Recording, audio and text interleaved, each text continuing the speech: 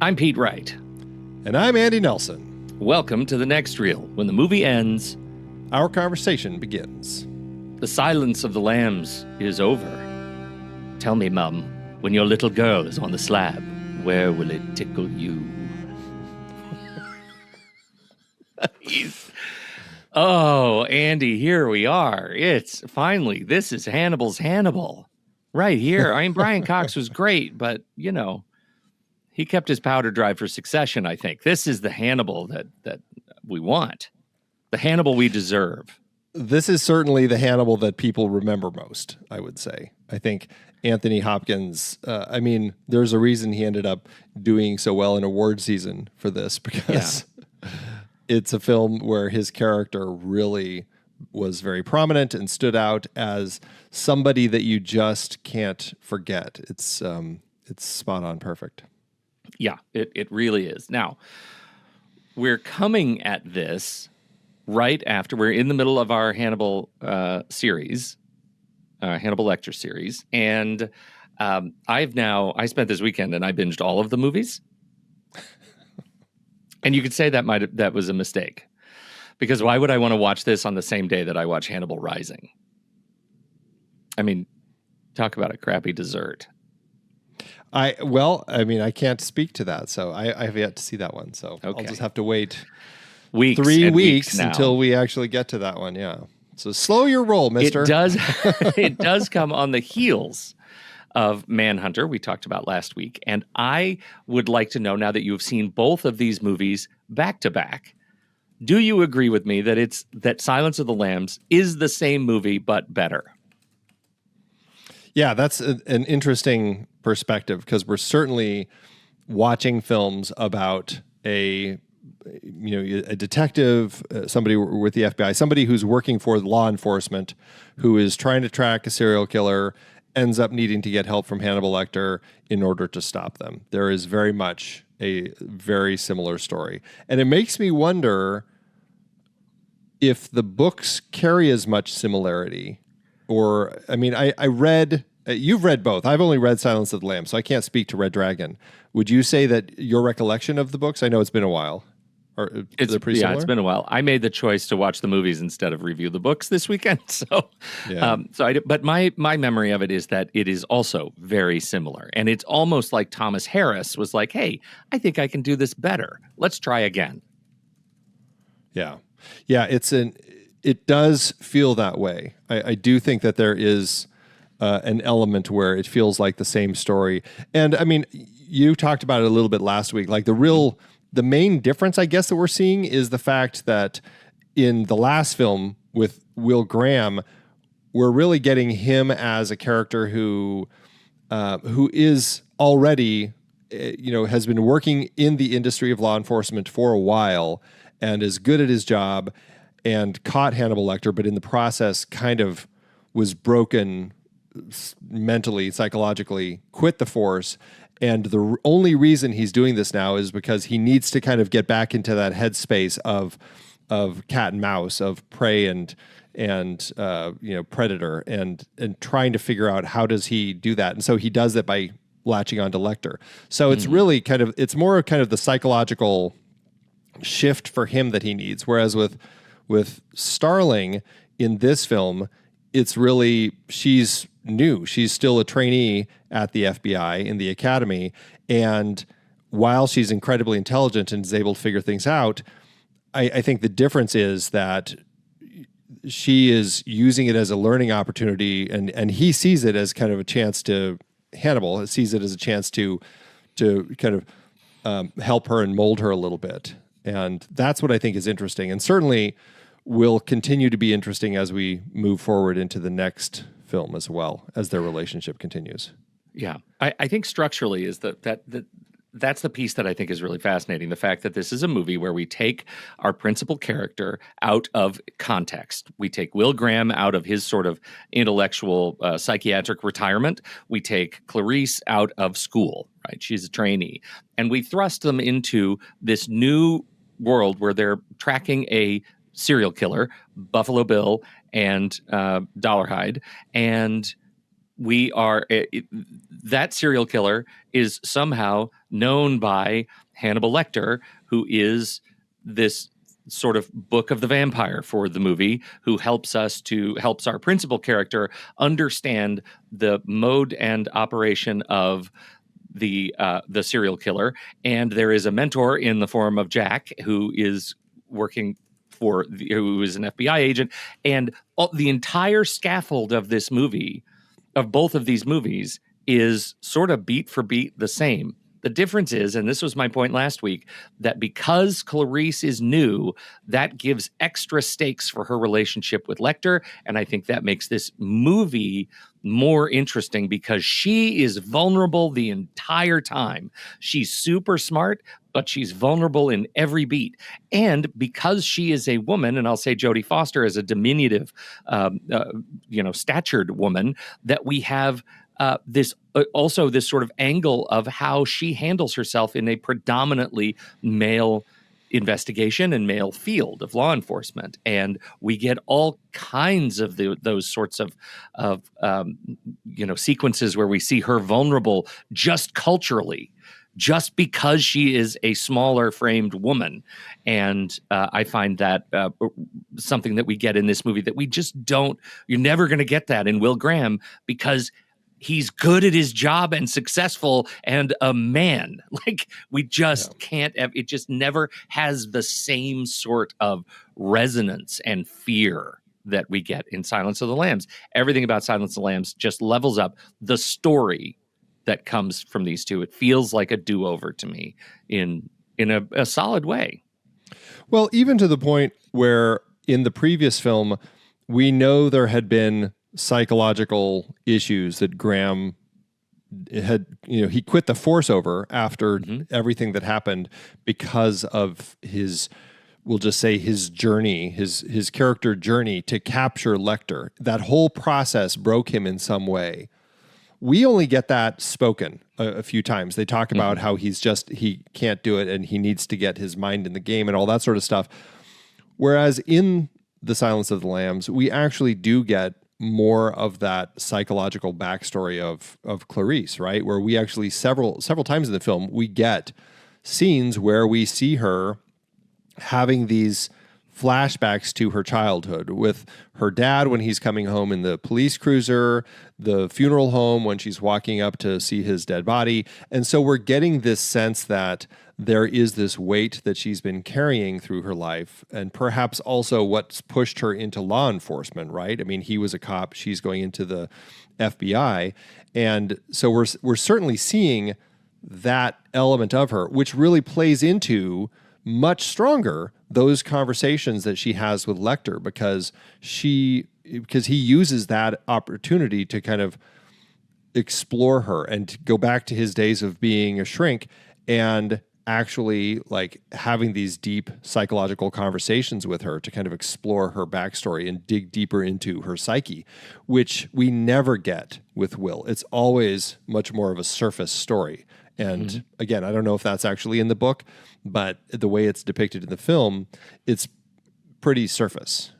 It's surface, and you get the sense that the Graham we get in the movie is just more capable of protecting himself from that sort of vulnerability. Like that sequence where he says, you had disadvantages, you're insane. That it's a different sort of relationship than we get. I mean, Hannibal Lecter is a predator, and he's a predator even when he's in psychiatric mode with Clarice, right? Making her dive into these deep experiences of pain and past trauma is just sort of the motive. Like you never get the sense that he's doing it out of a willingness to help her improve her mental health around these issues and resolve past trauma. He's doing it because he gets joy out of watching her do it, right? And that's the sociopathic journey that he's on. And I think that just makes for watching her have to figure out, am I being used? How am I being used? And how can I then figure out, kind of sort of grow up and learn to use Lecter as we see her kind of relationship evolve with him through the course of the film is deeply compelling. right? That she gets much more of a journey than Graham does, I think. Oh, yeah, yeah, yeah. And I mean, I suppose you could argue, well, it's because she's a student and she's moving up in the world, but I think that also diminishes it a little bit. I think there's more to it than just that, you know? Yeah. I mean, she needs to be she's super nuanced, right? She's just a super nuanced character because she's not the hardened detective archetype. You feel like, "Oh, I went to high school with people like this who were just really smart and weren't able to recognize the power of their own intellect," right? She just sort of feels like when she hits some awareness of some new clue that comes together for her, she just sort of tripped on it because she's super smart, but doesn't yet know that she's going to be jaded one day, right? And I think that's fascinating. She's underestimated around every corner, even by Crawford, who was using her to get something out of Lecter and didn't tell her he was using her, and that starts the whole journey of them as sort of buddies. He does that a few So times because there's yeah, that moment, and then again the moment when they're in the funeral home, right. and he uses her to, as he says later, you know, he recognizes that it burned her, but he's just like, you know, you got to treat these people this way. Where, you know, I had to kind of do that so we could get in, and she's like, it matters, and I think She that's calls the him on it. key. Yeah, that these people look up to him, and he has to recognize that he can't do things like that just because he thinks it'll be an easy in. Right. And that's an example of how Foster plays this character as vulnerable but never weak, right? Like that she's willing to sort of speak truth to power, that she's written as a character who is totally capable of turning around and saying, "You know what? After that experience, you were wrong. You were wrong and you need to know why you were wrong." And that she did not shy away from that, I think is important. Yeah, yeah. Yeah, it's interesting because I mean, it's the same character we had in the last film, different actor, but the if there's any sense of frustration, it's the lack of continuity between these two films. Obviously, we have Lecter as kind of a totally different actor playing it in a totally different way, but also Crawford is a much more prominent role here than, I mean, Dennis Farina, you could argue, was pretty important as a character in Manhunter, but here he is like such a key part of the film, and it does make you wonder if there was any sense of kind of journey for him as a character, because you really don't get that sense at all. Like he just pretty much seems like your kind of typical boss in both films. Well, sort of. So here's where I think I feel that difference. In Farina, we get a guy who came to Graham because he was somehow helpless. He felt like, I'm never going to be able to solve this crime without you and that special thing that you bring, William Peterson. You are the unique and special gem that is going to unlock this entire case for us. He comes with a sense of like helplessness, sort of earned helplessness that he's and that's a trope. Like that's a thing we have to get to set up our protagonist. I don't get that sense from Scott Glenn. Scott Glenn is, I feel like, in control of the case and the investigation, and used Clarice as a tool, as a part of that investigation. The fact that we're focused on her and her relationship with Lecter, I don't think diminishes the fact that whenever we see Glenn, he's doing the work of the investigation. He drags her along as he realizes she is, increasingly capable. But I don't get the feeling that he feels like this investigation is out of control, out of his control. I think that's a difference in how they play it, Farina and Glenn. Sure, yeah, and I mean, I guess what I'm looking for is like, is there a sense of his character growth over the films? And it's hard because it's different actors playing him, and at the same time, it's like you're asking, a supporting, like a prominent supporting character across a franchise to like, are they going to get growth? Like, are we seeing that in like the boss in like the Lethal Weapon series or something like that? Probably not there either. And so it might be an unfair question ask, but it does make me curious. Like, and I mean, you've seen the other films. I'm pretty sure this is the last one with Crawford in it, right? Yeah. I want to go back to a question. You're right. The question that I have for you though is: are we to presume? Were we ever to presume that Michael Mann's Manhunter was the first, and that Silence of the Lambs was supposed to be a sequel? I mean, only in the sense that they're based on the same book or the same series by the author, and Hannibal Lecter is featured in both of them. Jack Crawford is featured in both of them. It seems to me like a continuing thread. At the time the movie came out, it's not like they pitched it as a sequel, and perhaps that's largely because the movie didn't do well at the box office, and also a different studio had control over this property as opposed to the previous one. If Dino De Laurentiis had actually had the rights to Silence of the Lambs, maybe there would have seemed like more of a kind of a sequel happening here. But the way that it happened, I just don't think that they intended that. I feel like I'm out of time watching these movies, because for me, when I saw Silence of the Lambs, it was the only thing that existed.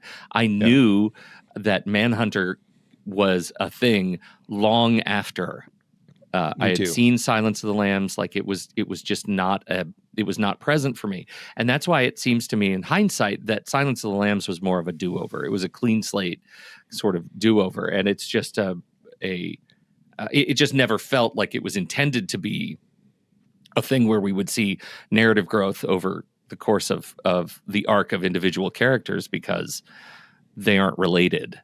Yeah.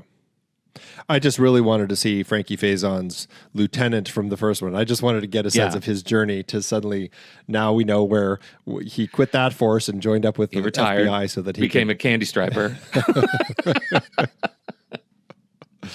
Oh my goodness. Yeah, it's interesting. It's interesting. So, go ahead. So this movie, I think it's such a strong story, and it really plays with the psychology of we're looking at the psychology of Clarice quite a bit. Obviously, the title of the film is really the idea of that comes in the conversation between Lecter and her about the slaughtering of the lambs, that she heard the awful noise, and the reason that she ran away from her aunts and uncles when they were taking care of her after her dad died. And so we get this sense of her backstory, but also we're getting kind of this real psychological story about this serial killer, Buffalo Bill, who is going around killing women at seeming random, but we're also kind of getting a psychological exploration of who he is and why he is killing these women. And I think that's an interesting aspect. And I'm trying to think, like, I mean, we definitely get kind of the psychology of Will Graham trying to get into the head of the Tooth Fairy, Francis Dollarhide, in Manhunter so that he can stop him. But I feel like that psychology is like, you just want to play God, and that's kind of a big, broad psychology in the scope of things. Whereas here, I think it's a more interesting psychology, looking at this person who isn't really, as Lecter tells us, isn't really transsexual, but is somebody who wants to transform, clearly doesn't seem to like themselves and wants to change, and so has decided he's going to kill women and make a woman suit. And that's kind of where we are with this story. And it's kind of a dark psychology, but that's another element that I think works so well in this one, is we are getting that kind of psychological exploration a little deeper, I would say, of Buffalo Bill in this one. Well, and isn't it interesting, just one more thing that we didn't cover in our, similarities of these two stories, is that the motivation of our principal antagonist is transformation, right? That one is evolving from this cocoon into a massive creature of death, and the other is, emerging into some image of beauty, as in the butterfly, and the fascination with the cocoon transformation in both of these films, I think, is another testament to Thomas Harris exploring these themes in a way that it just feels like he wasn't finished. Right. with in Red Dragon. So I think you're absolutely right, and I think that this gets into sort of the controversial thinking about the film and the fact that Yeah. is the film inherently transphobic? Is the film transphobic? Recognizing, of course, that the film and the book were written of a time, the film was made in a time. Do you get the feeling that the film is in itself transphobic? I didn't think so. I've never thought that, but I can certainly see the frustrations. This kind of goes into a conversation we had, another member bonus episode that we had a while back about Basic Instinct and the frustrations with that film of depicting these lesbians as killers. And here we have a person who is portrayed as perhaps transsexual, who also is a serial killer. And it's like, why can't we have positive depictions of gay characters, of trans characters in film, as opposed to just making them killers? Now, and I absolutely can see that point. Now, I mean, I think in the film, it pretty much states that Buffalo Bill isn't transsexual, but is just somebody who doesn't like themselves and just thinks that this is going to work. I mean, as Lecter says, if you talk to all the prominent, facilities around the country where they do, sexual reassignment surgery, you're going to find that he's probably applied to more than one and been rejected, probably because he's not actually transsexual. And so I think that the way that the film is made, I think it paints it where you're not kind of getting a true like transsexual character. Mm-hmm. That being said, I still think it can make, people who are trans, who are gay, more uncomfortable, because it's like, well, yeah, but they're talking about it a lot, and it's making audiences feel that these people are still more of a deviant and more likely to be a killer than just a normal person. So it's a tricky line, I think. It's a tricky line today, right? Like, I think this is the challenge of watching a movie with today's sort of eyes. And I don't have an answer for, does the movie's, couple of lines that talk about that talk about, like, he's not transsexual, he's just broken. Is that the get out of jail free card for this movie, that we're not actually, presenting a transphobic ideology through the character of Buffalo Bill? I don't have an answer for that. The truth of the matter is, in its simplest form, again, read Marcus Aurelius, the simplest thing is that he is a broken human being and exercises his demons through violence against women in this case, but violence all around. That's the simplest sort of answer for who this guy is. And I don't necessarily think it's there's a lot of value looking at, trying to suss out ideology in this case, because, there isn't, the immediate threat is he's killing people, and he's doing it for a reason that is secondary to the act of killing, right? He's just trying to make a suit. He's just a tailor at heart, and he happens to have to go through these bodies to do that job. And that's the grossness of it. That's why it feels so sort of viscerally, awful when we watch it, and why it's so heroic when she ultimately, wins the day. Yeah, right. Related to that, I want to jump to a scene that my wife and I were talking about after watching this again. And it's a scene that I don't think I realized that I had as many questions as I did until we started this conversation. There is a point where Lecter gives Clarice a clue, like, look into yourself, Clarice. And she finds out it's this self-storage. And apparently Lecter had rented this unit years and years and years ago.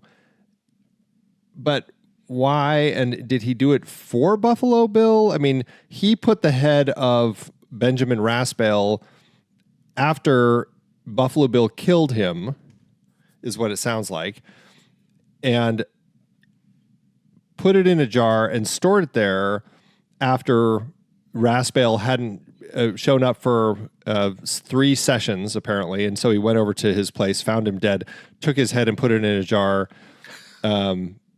apparently, either Lecter realized that he had put the cocoon into the throat and left it there, or put it, or didn't realize it, but there was that cocoon in the throat that they find later. But so what is going on with this storage unit of Lecter's, and why is he keeping these things that tie into Buffalo Bill here? I don't know.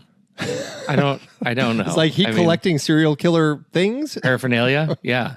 That is I mean, I think that's a really interesting question, and that tie to between Lecter and Bill, and the fact that they have a relationship has always been a little bit puzzling to me, and I don't remember how that was handled in the book. I don't either. I can't remember, because we had the same thing again, going back to similarities in Manhunter, where the Tooth Fairy, as I recall, started writing letters to Lecter while after he'd been captured. Mm-hmm. I honestly can't remember if they said it started beforehand. I don't know how he would have gotten his address. Serial killers.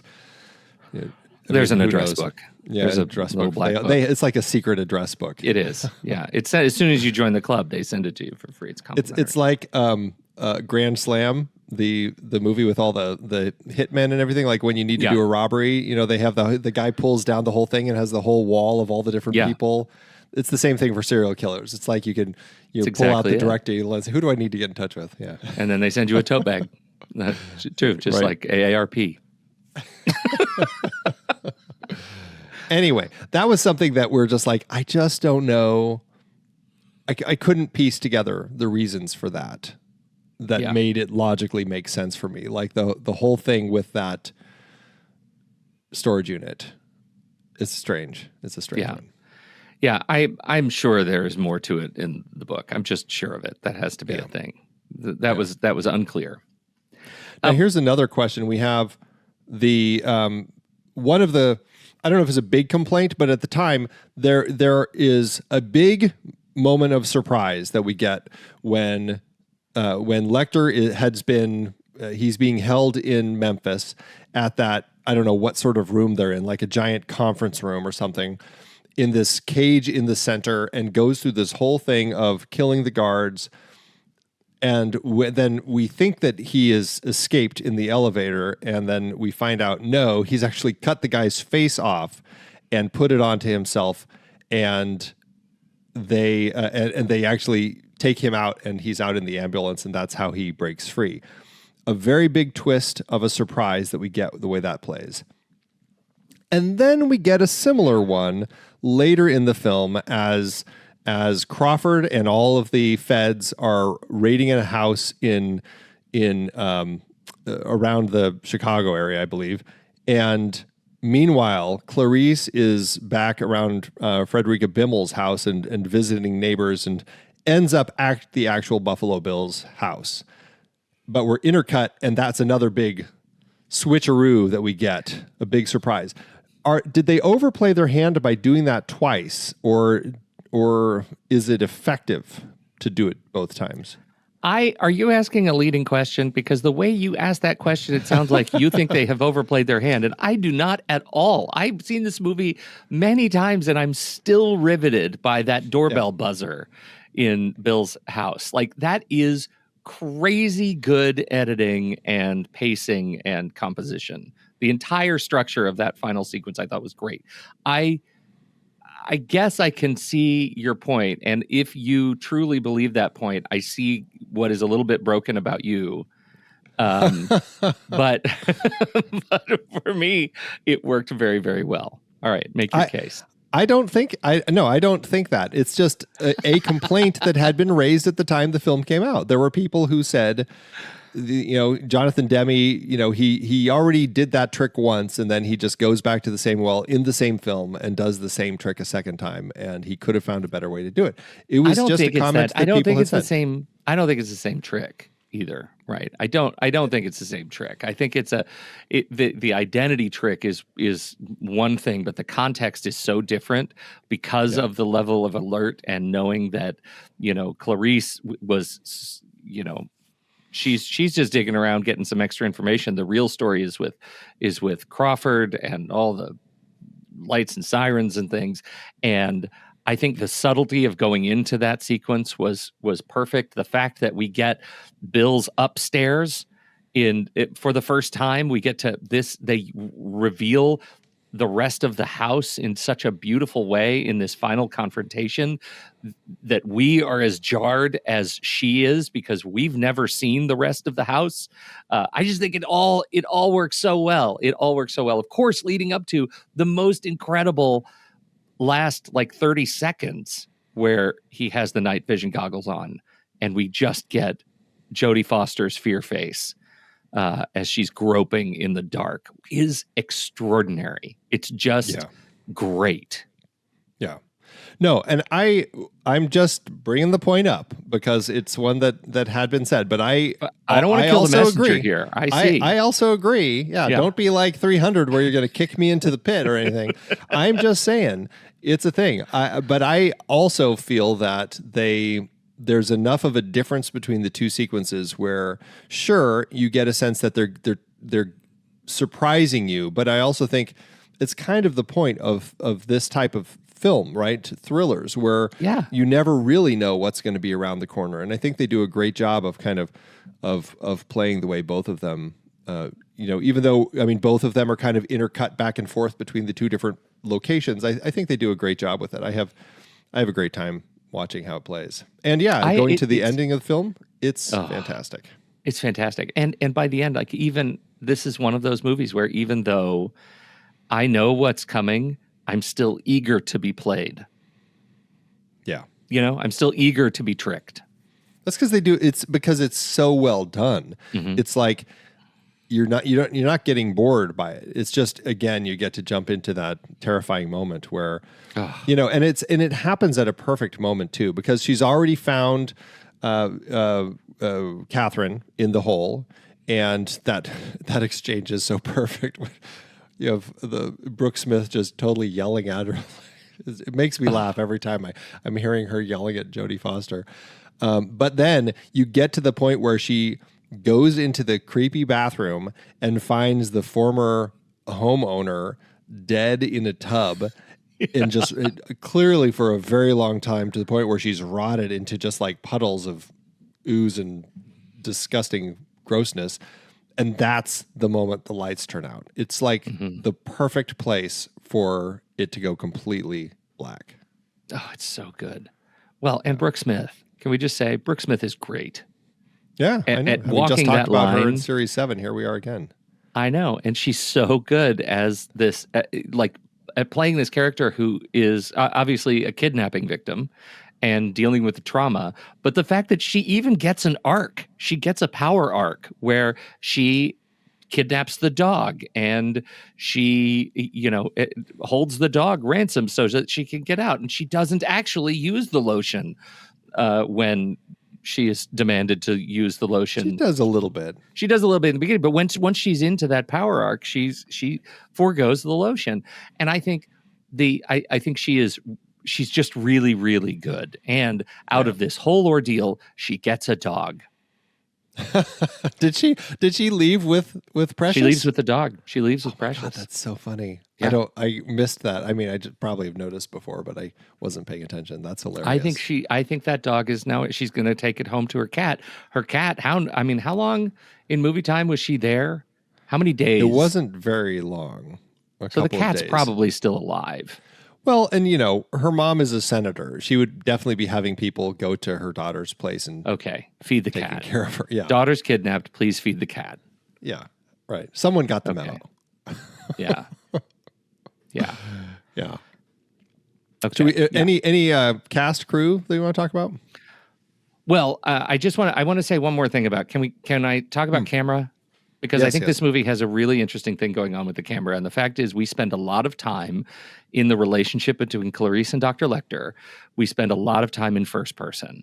And where we are looking at extreme close-ups of whoever is speaking. And that is an incredibly powerful tool for immersion into this relationship, and it gives you a sort of disjointed feeling as we're jumping back and forth between the POV of these two people manipulating one another. And I think it is incredibly powerful and a really strong choice for this movie. And it's one of the things that sets this movie again up from the movie we just watched, which is it gives us that experience inside Dr. Lecter's eyes.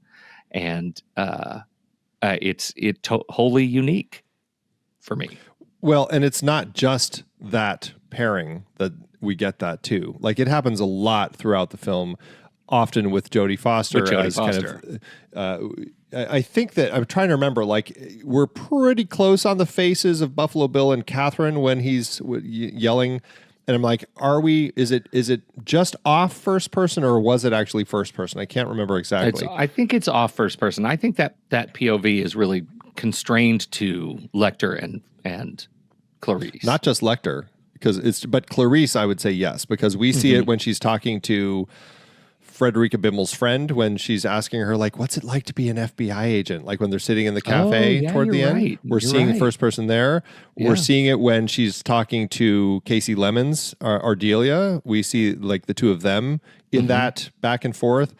I'm pretty sure we're seeing it with one of the bug guys when they're having the conversation about like, are you flirting with me? Are you hitting on me, Doctor? Are you hitting on me? Yes. Like I'm pretty sure we're seeing it there. So it happens a number of times, and it's pretty interesting that they kind of continue that almost, as you said, something to do with Clarice and her really identifying this film as Clarice's story. Yeah. It immerses us in her vulnerability in every sequence. You're right. That's really illuminating. Yeah. So and that's Tak Fujimoto. We should mention Tak Fujimoto is the cinematographer here. Obviously has worked with Demme for a very long time. Great cinematographer and does a great job here. And production design, right? Production design on this film is just such a level up from industrial chic, that like Miami industrial chic that we get in Michael Mann. And this becomes gothic, like this crazy old asylum castle that they're in the basement of, where Dr. Lecter is being held, is a fantastic location. Haunting location to put so much better than Manhunters. Yeah. Like white art museum. Exactly. For Lecter, Terrible. Especially by contrast. I think this movie just looks so good. Yeah. Let's see.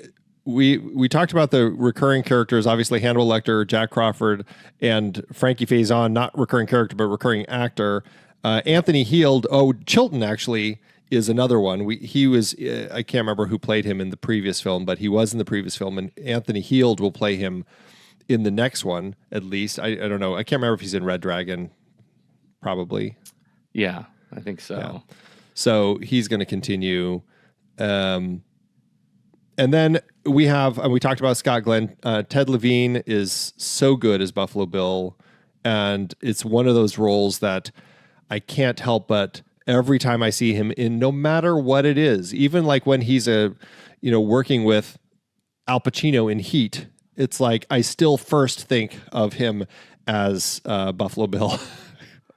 It's just such one of those defining roles. Iconic face. Hard to let him go. You got me on a hunt. Yeah, Anthony Heald plays Chilton in Red Dragon. Okay. Sorry, I couldn't let that go.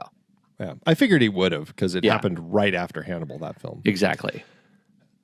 Diane Baker is the senator in this, and we talked about her earlier in our season in our member bonus. No, it wasn't our member bonus episode. It was in our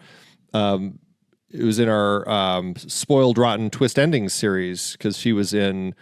Now I'm blanking on the name of it, but the axe murder movie with Joan Crawford. Oh my goodness. What was that called? She was the daughter. Yeah. It was Straight Jacket. Straight Jacket. Good. Yeah. So she popped up. I mean, Jonathan Demme loves bringing these people in, like, and of course, Roger Corman is the director of the FBI. Of course, he's going to pop into the film. Daniel von Bargen is in here as the SWAT communicator. And of course, Chris Isaac is another regular of Jonathan Demme's films. Who else are the Jonathan Demme regulars? I feel like he's got a few other ones. Paul Lazar, one of the bug guys. Yeah. He's been in a number of his films. Yeah. And I mean, I mean, the cast is fantastic, right? It's just all around perfect ensemble. Yeah. Surrounding these two principal characters. The big question for you is Hannibal Lecter gets 16 minutes of screen time. I know. 16 controversial minutes. Best Actor choice. Yeah. I know we're going to talk about awards that this film has bagged, but I'm interested in your take on what it takes to be a Best Actor. Well, it's a strange thing, and I don't know if I have the specific answer to it, but it's one of these things where it's like, should Anthony Hopkins, should he have been placed in Best Actor, or should he have been placed in Supporting Actor? Because he is the most prominent male character in the film, you could say, okay, Best Actor, because who else would be the option? But then you have to ask yourself, just because there isn't another prominent male actor, does that mean that he needs to be the lead? Like, it's a weird question that they pose. And you get into these things because then you have, again, Kieran Culkin winning supporting actor this year when clearly he was an actor, like Best Actor quality. And there's a whole thing of, well, whose story is it? If is like going specifically that one, A Real Pain, that story, you could argue, is largely Jesse Eisenberg's story. And everything that Kieran Culkin is doing in that story is kind of influencing Eisenberg's own journey. So you could say actor, supporting actor in that sense. But does it boil down to screen time? And if so, both of those guys should have been considered for actor. Yeah. Anthony Hopkins, he is in such a small amount of film for his for his story. I think that he actually has the smallest amount of screen time percentage wise for an actor who won as the Oscar for the role, which is, but it's hard to argue the influence, and I think that's what it boils down to. Right. Which character are you talking about? Which actor are you leaving the film talking about? Right. And because it's not in this movie, it's not just about his screen time. It's about how often is his character mentioned. Right. So we're thinking about Hannibal Lecter constantly through this movie, even though we're not actually seeing him, which I think is what makes this a deceptive performance, because it feels like he must be in this movie longer than 16 minutes. That is shocking. The other piece is it's hard to, just because of the way the nominations work, it's hard to grudge the filmmakers for putting this name in, because who else are they going to put in as a Best Actor? And it's hard to judge the Academy for voting for the character that is the most iconic from this film, and arguably most iconic for the decade, right? Like, it's Hannibal Lecter from this movie has a real staying power, and Hopkins created that. Yeah, absolutely. I have a hard time judging that. It's hard to judge, and I'm just checking now because I don't think I saved this for the award section that we're going to have here shortly. But let's see. Anthony Hopkins was up against Warren Beatty in Bugsy, Robert De Niro in Cape Fear, Nick Nolte in The Prince of Tides, and Robin Williams in The Fisher King. Robin Williams is another one that you could argue Jeff Bridges was the lead actor in that film. But again, that might be more kind of falling into the Real Pain territory, because both of them have such a large percent that you could say both of them should be in there. But I don't know. Would you pick somebody else over Hopkins? I don't think I would. If anyone, I would pick Robin Williams. That would be the one that's closest. Yeah, for me. But yeah, But it's hard to argue that Hopkins doesn't create just such a presence, as you said. Yeah. It's interesting because David Niven is the only other actor who has had more or a shorter time on screen for Best Actor performance. That was Separate Tables. He had 23 minutes and 39 seconds. And Anthony Hopkins had 24 minutes and 52 seconds. I think he said 16 minutes. But according to Screen Time Central, it's 24 minutes, 52 seconds. Okay. Still, second least amount of time in a film. But as you said, they talk about him a lot and you walk away talking about him. For sure. Yeah. Okay. Do we have anything else? Anything else hot on our list? Just one last note that I have. This film was the first one that I had the privilege of checking out at every year in Boulder at the University of Colorado. They would have the Conference on World Affairs, which had different leaders from all sorts of fields coming together to have all sorts of interesting conversations on issues of the day. Fantastic conference that would last, I'm pretty sure it would last a week. And Roger Ebert would come every year as one of the panelists and talk on a lot of interesting panels about things. But he would also do this thing where he would host a movie watch over the course of a week. And the first day, you would watch the film, and then every day after that, you would watch it just piece by piece, and you could shout out, like Ebert would stop the film, and he would talk about what you're seeing on screen. Anyone in the audience could say stop, and then they could ask a question or talk about something. And it was this week-long conversation about a film, and it was such an interesting experience to go through with Ebert. This was the first film that I actually went and did it with, and it was a fantastic conversation over the course of the week to just listen to him and everyone else talking about this film. It's really, really cool. And this is why you decided you wanted to start a Movie by Minute podcast. You know, there is something to be said about that. All right. I feel like we could go on about the movie, but I feel like we should go on from the movie. Yes, let's move forward. So we'll be right back. But first, our credits. The Next Reel is a production of True Story FM. Engineering by Andy Nelson. Music by Alexei Chistelin. Chistelin. Engineering by Andy Nelson. Music by Alexei Chistelin. Dani Hadani. Maya Belseitzman. Oriel Novella. And Eli Catlin. Andy usually finds all the stats for the awards and numbers at the-numbers.com, boxofficemojo.com, imdb.com, and wikipedia.org. Find the show at truestory.fm, and if your podcast app allows ratings and reviews, please consider doing that for our show. All right. Sequels and remakes. Hold on. Don't I do my ad right now? Oh, my God. You have an ad break. Yeah. Totally. I just got excited. You're just mad because I did the Lecter one, and you did the Lecter voice. Yours. All right, here we go. It's going to be terrible. So good. We'll see how well it goes. Good. Thanks for that. Good evening, detective. I see you found your way to the Next Reel's merch store, a veritable cornucopia of cinematic delights. Quid pro quo. I'll share with you the secrets of this collection, but first, you must navigate its labyrinthine depths at thenextreel.com/merch.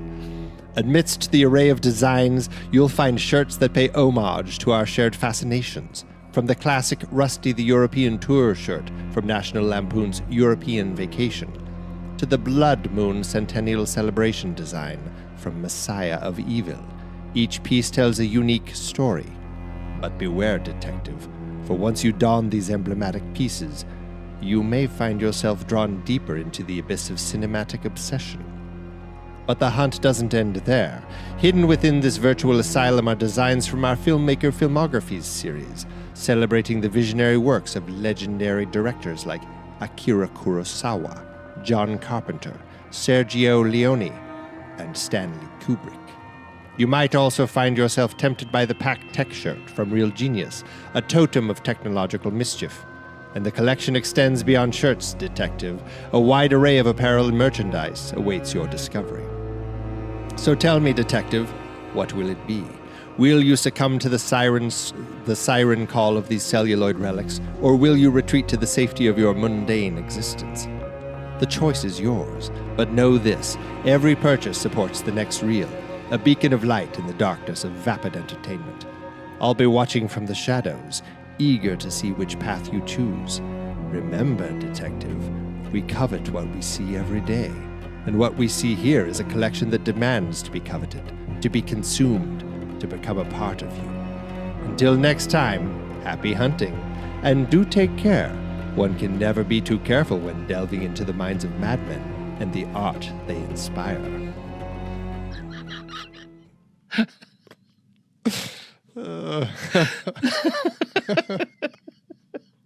Oh my God. That was good. Sequels and remakes, Andy.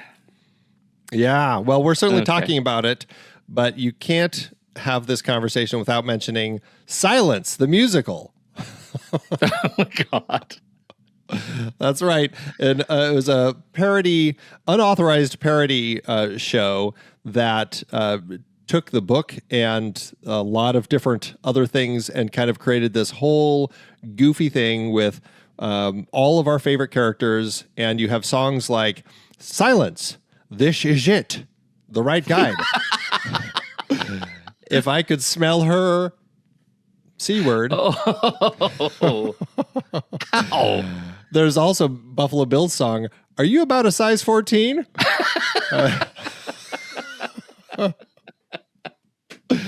Yeah, this is, it started as an internet musical that kind of told the entire story, and apparently it was popular, and they've done it on stage a number of times over the years. So, yeah, Brilliant. Silence, the musical. And then, Well, of course, yeah, you I mentioned picked this last week. Yeah. Go ahead. You say it. You talked about it. Well, I mean, I did, but this is your bit. I just had to get excited about it. It's the Silence of the Lambs. This is the film spoof Hams. that we had. The Silence of the Hams. Yeah. Did I say the Silence of the Lambs? You said Silence of the Lambs. The Silence of the Hams. Ezio Greggio's film, a parody that mostly is parodying Silence of the Lambs, but also Psycho. Dom DeLuise, Billy Zane, Joanna Pacula, Charlene Tilton, and Martin Balsam all appear. So, yeah, there's that. So there you go. I like that Martin Balsam is playing Detective Martin Balsam. Right?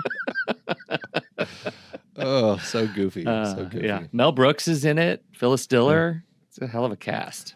A lot of people. Yeah.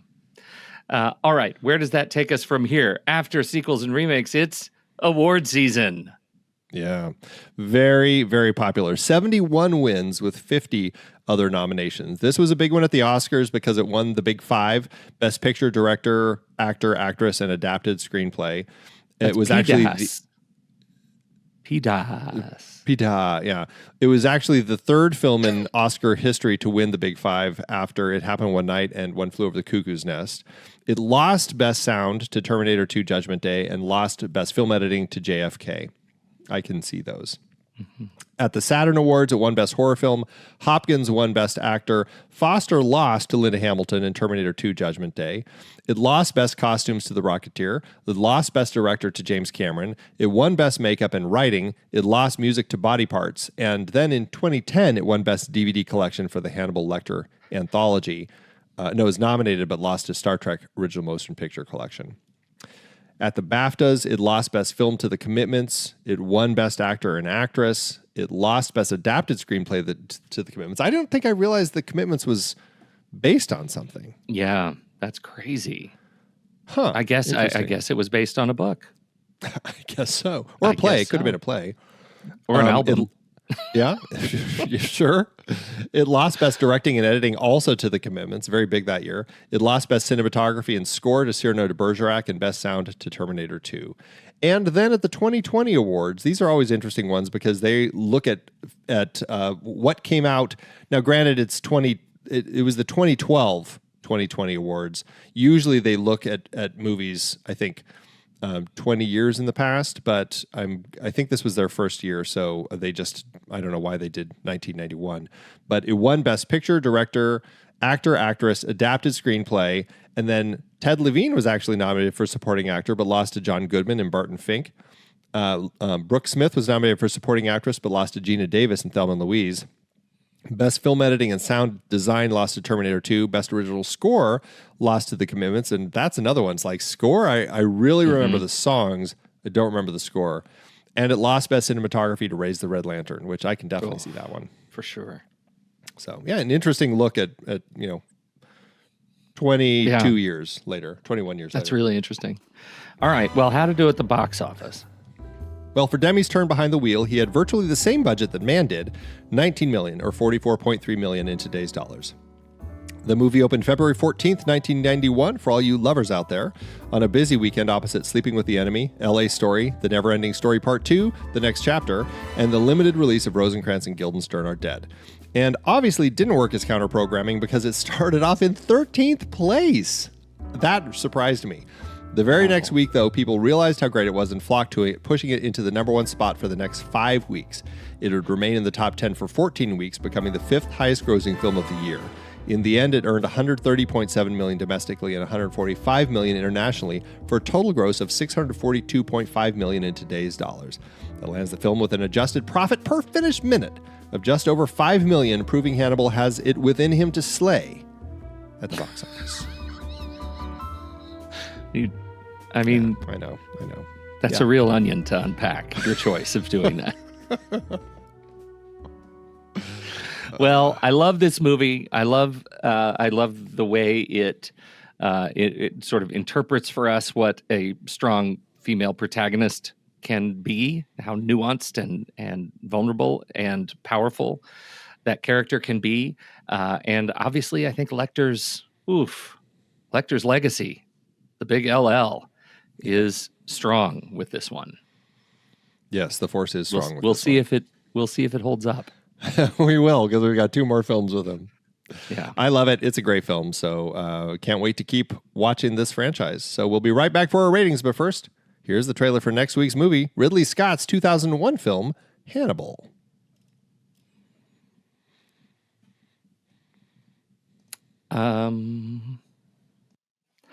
Okay. Agent, listen up. We've been tracking a highly classified operation, something big, a network of film experts, cultural investigators operating under the codename The Next Real Family Film Podcast. This isn't just casual movie talk. These are analysts, pulling apart films with surgical precision, uncovering hidden meanings, exposing unseen connections, and bringing you intelligence you won't find anywhere else. And now, we've got an opportunity to get you on the inside, but you need to act fast. If you choose to accept this mission, here's what you'll get. You'll be brought in early with access to episodes before the public can even hear them.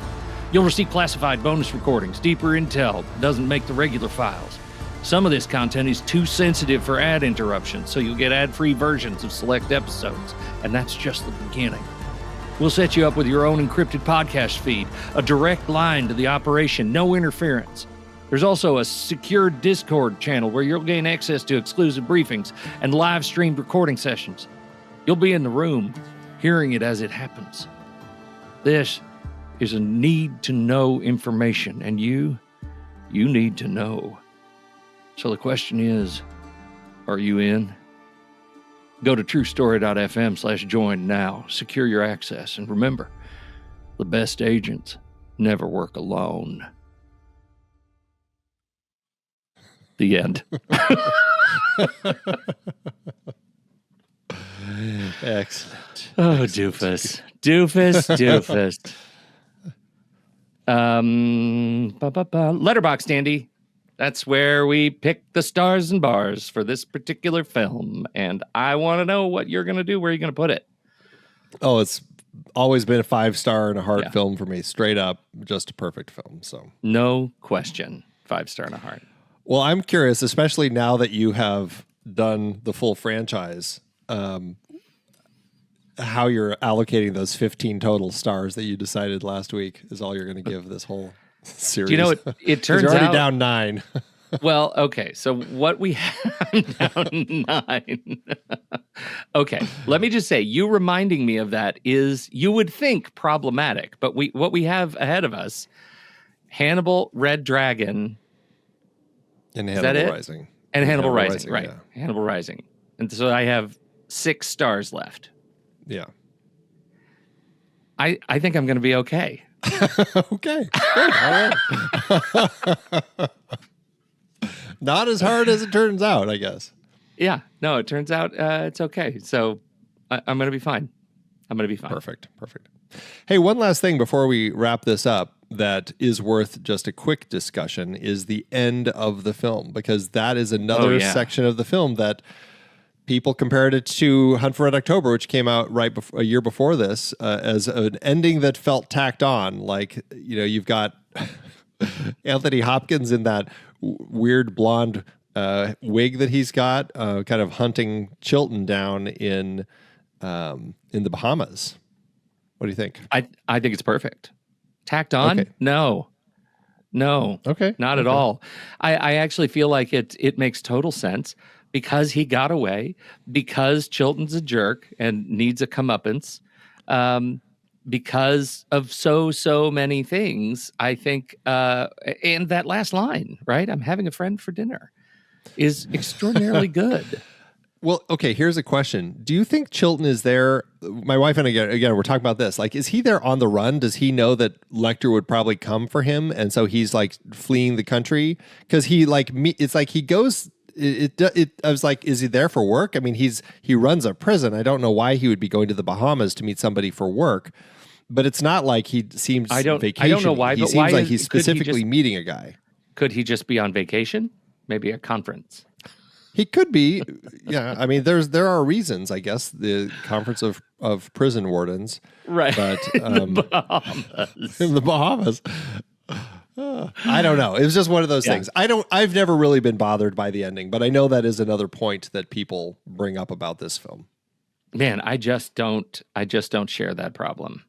Okay, I'm legit looking forward to next week. Yeah. Well, going back to Letterboxd, that was round out to 5 stars from both of us, which you'll find over at our account at The Next Reel. You can find me there at Soda Creek Film. You can find Pete there at Pete Wright. So what did you think about The Silence of the Lambs? So we would love to hear your thoughts. Hop into the Show Talk channel over in our Discord community, where we will be talking about the movie this week. When the movie ends, our conversation begins.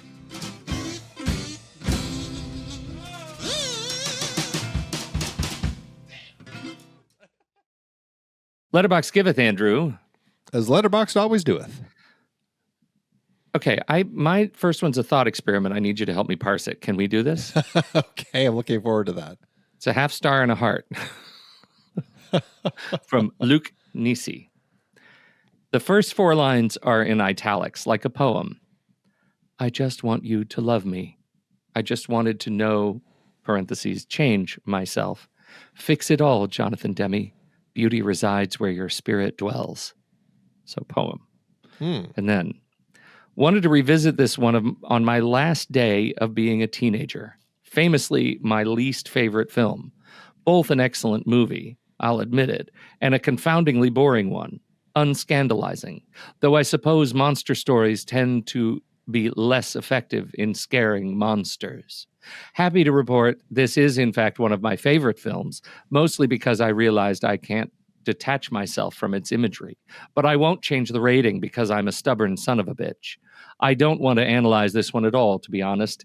It's all been said, and it makes me miserable. Put your head back, close your eyes, wade into the quiet of the stream. Wow, okay. So do we like the film? Yeah. I feel like they used to not like the film and gave it a low rating, but then decided that they actually like it. Yeah. But weren't going to change the rating. And use it as sort of a meditation. Maybe, yeah. What a weird film to use as a meditation. I know. What an interesting thing. Yeah. Huh. All right. What do you got? I have a 3.5 by Summer York, who says this. When I was 15, I used to walk to my friend Johanna's house every day after school, and we used to eat Papadoms and watch this 5 days a week for about 6 months. I can't for the life of me remember why we never felt like watching anything else. It is pretty good, I guess. Once you get to the point where you've memorized it, I don't know. What's a movie right now off the dome you can think of that you've practically memorized? Raiders of the Lost Ark. Yeah, Yeah, I guess that's probably up there. I can't pick Yeah. that one. Maybe Hudson Hawk. All right, Yeah, for good you, talk. sure. Thanks, Letterboxd.